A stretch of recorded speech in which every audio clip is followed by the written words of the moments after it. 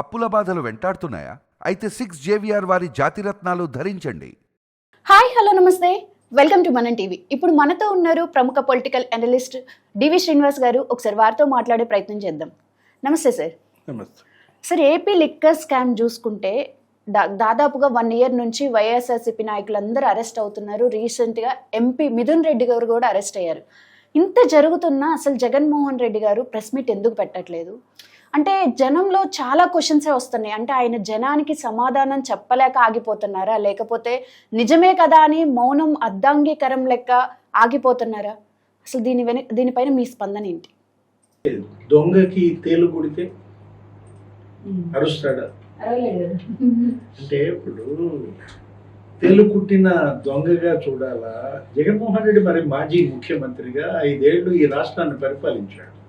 ఆయన మనం చూసాం. ఇప్పుడు ఈ ఓడిపోయిన తర్వాత ఈ 14 నెలల్లో ఆయన ఏంటి, యలహంకలో ఒక 5 రోజులు ఉంటున్నాడు, ఇక్కడ ఒక 2 రోజులు ఉంటున్నాడు, అటు ఇటు కాలు గాలిన పిల్లిలాగా తిరుగుతున్నాడు. ఒక పరామర్శ, లేకపోతే ఒక ప్రెస్ మీట్, ఒక పర్యటన, ఏదో నెలకు ఒక షెడ్యూల్గా ఆయన వెళ్తున్న దీంట్లో కనీసం మరి ఈ అంశం పైన అసలు ప్రెస్ మీట్ ఎందుకని పెట్టలేదు? కేవలం ఒక ట్వీట్ ఒకటి చేసి వదిలేస్తే సరిపోతుందా? మిథున్ రెడ్డి ఎవరు? ఆయనకు మరి 11 ఏళ్ళుగా ఎంపీగా ఉన్నాడు. 3 సార్లు రాజంపేట ఎంపీగా గెలిచాడు. అక్కడ పెద్దిరెడ్డి కుటుంబం, రాజకీయ కుటుంబం. అట్లాంటి మిథున్ రెడ్డిని అరెస్ట్ చేస్తే వెరీ నెక్స్ట్ అరెస్ట్ చేసిన వెంటనే ఆ సాయంత్రమే ప్రెస్ మీట్ పెడతాడు అనుకున్నాం. అవును. ఇప్పటికీ మరి ఈరోజు కూడా ప్రెస్ మీట్ అసలు ఎటువంటి ఇది లేనప్పుడు అసలు ఆయన ఎక్కడున్నాడు ఏంటి? మీరు అన్నట్టుగా ఉద్దేశపూర్వకంగా మౌనం వహిస్తున్నాడా, లేదు ప్రెస్ మీట్ పెడితే వీటన్నిటికీ ఈ ప్రశ్నలకి జవాబు తన దగ్గర లేక ఆయన దాక్కుంటున్నాడా? మనం చూసాం. కక్ష సాధింపు అంటున్నారు, లేకపోతే ఆధారాలు లేవంటున్నారు, రకరకాలుగా చెప్తున్నారు. ఎందుకు కక్ష సాధింపు?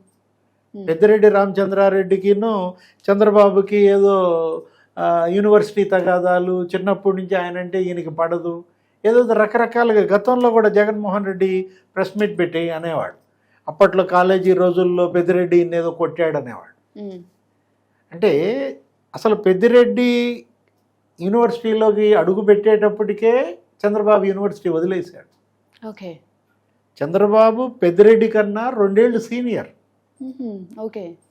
అంటే పెద్దిరెడ్డి రామచంద్రారెడ్డి, అతను ఎవరో ఇంకొక ఆయన ఉన్నాడు, ఏంటి సుబ్రహ్మణ్యం రెడ్డి నాయుడు, వీళ్ళిద్దరూ క్లాస్మేట్స్. వీళ్ళ మధ్య ఉండేది రైవలరీ. సుబ్రహ్మణ్యం నాయుడు ఏంటి, ఆయన పుదుచ్చేరి డీన్గా పనిచేశాడు, ప్రొఫెసర్. అతను ఆంథ్రోపాలజీ అయితే ఈయన సోషియాలజీ. ఎవరు? పెద్దిరెడ్డి రామచంద్రారెడ్డి.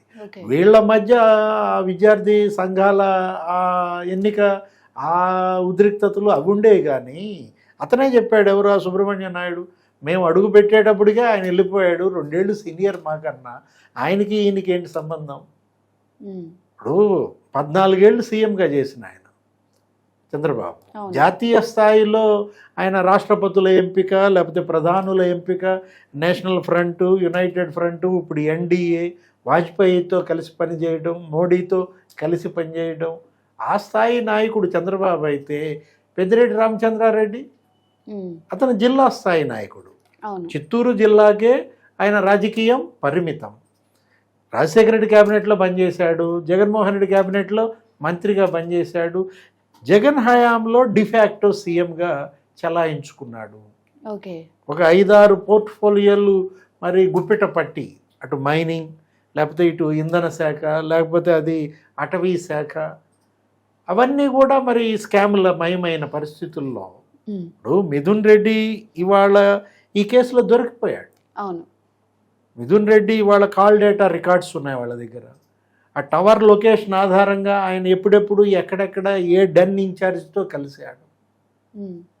నేను ఎంపీని, నాకు ఈ కేసుకి ఏం సంబంధం అంటాడు మిథున్ రెడ్డి. లేకపోతే పెద్దిరెడ్డి అంటాడు, నా కొడుకు 3 సార్లు రాజంపేట ఎంపీగా గెలిచాడు, అతనికి ఏపీతో సంబంధం ఏంటి?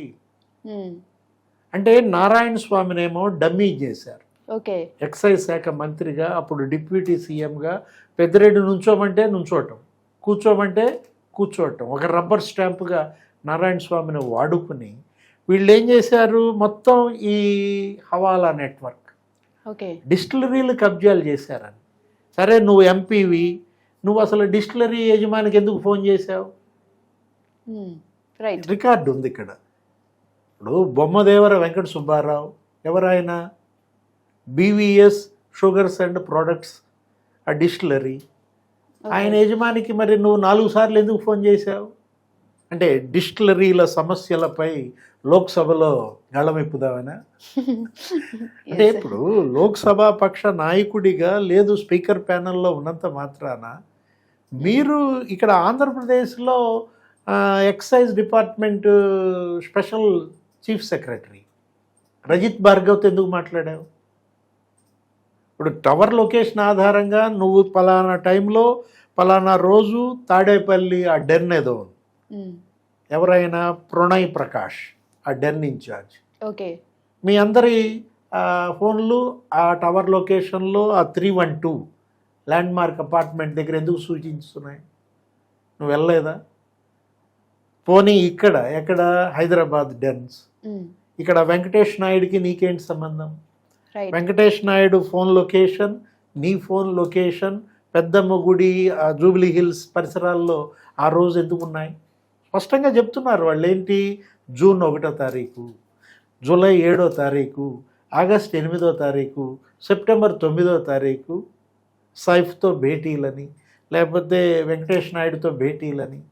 అంటే ధనుంజయ రెడ్డి ఉన్నాడు. ఇప్పుడు ధనుంజయ రెడ్డి ఆయన ఏంటి, జగన్ సీఎంఓలో సెక్రటరీ, ఓకే, ఐఏఎస్. ఆయనకి నువ్వు డెన్ ఇన్ఛార్జీలకి ఏంటి సంబంధం? వెంకటేష్ నాయుడిని ఆయన కలవటం ఎందుకు?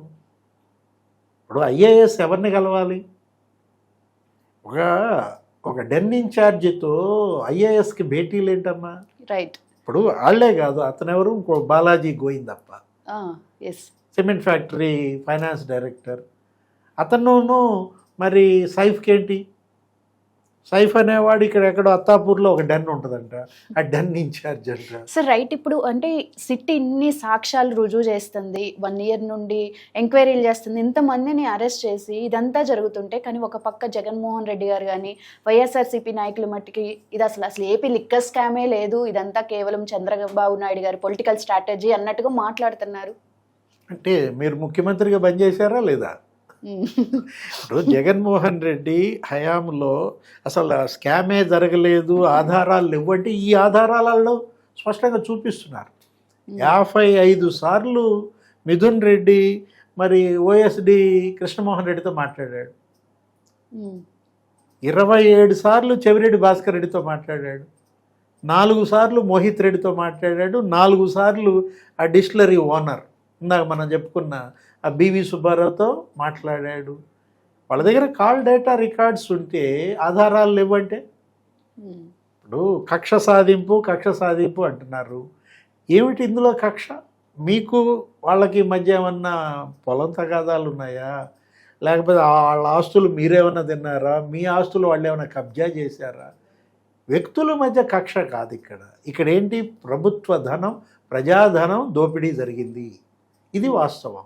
మీరు మద్యం ముసుగులో విషం అమ్మారు, కాలకూట విషం, దానికి మద్యం లేబుల్స్ వేసి వీళ్ళు అమ్మారనేది వాస్తవం.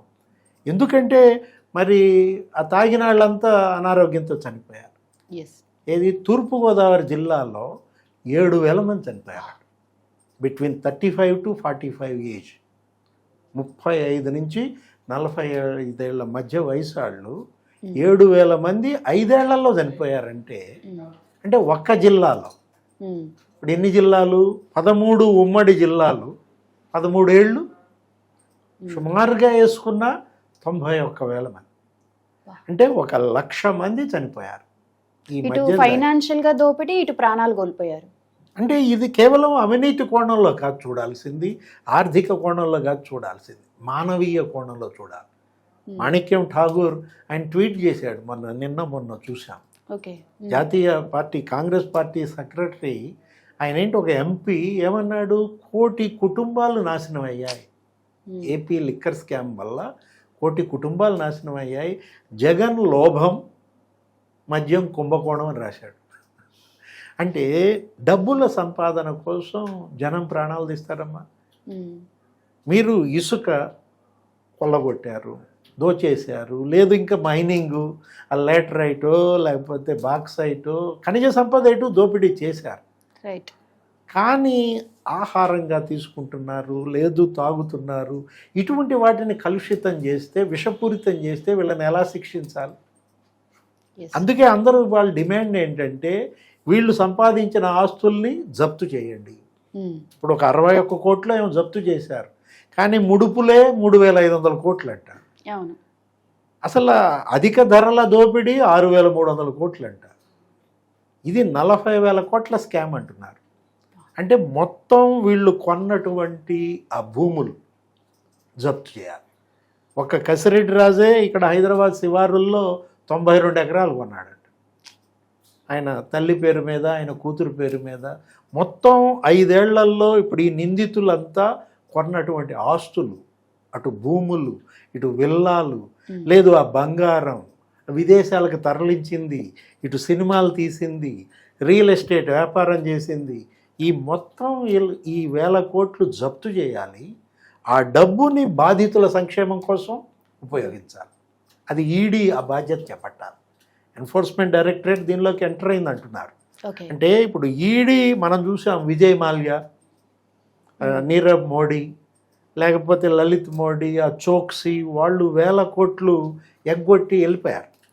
లండన్లోనో ఎక్కడో డ్యాన్సులు వేస్తా చూసాం మొన్న ఒకరోజు. ఏదో పాటకి ఇద్దరు డ్యాన్స్ వేస్తున్నారు, బ్రహ్మాండంగా ఎంజాయ్ చేస్తున్నారు. వాళ్ళ ఆస్తులు 32,000 కోట్లు ఏమో జప్తు చేసింది ఈడీ.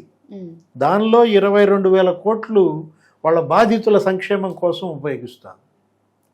అదేవిధంగా ఇక్కడ కూడా ఈ ఏపీ లిక్కర్ స్కామ్ నిందితుల యొక్క ఆస్తులన్నీ జప్తు చేయాలి. ఈ చనిపోయినటువంటి ఈ 1,00,000 మంది కుటుంబాలు, లేకపోతే ఈ లివర్ దెబ్బతిన్నాళ్ళు, ఈ కిడ్నీస్ దెబ్బతిన్నాళ్ళు, వాళ్ళ సంక్షేమం కోసం ఉపయోగించాలి. రైట్. Thank you sir. నమస్తే.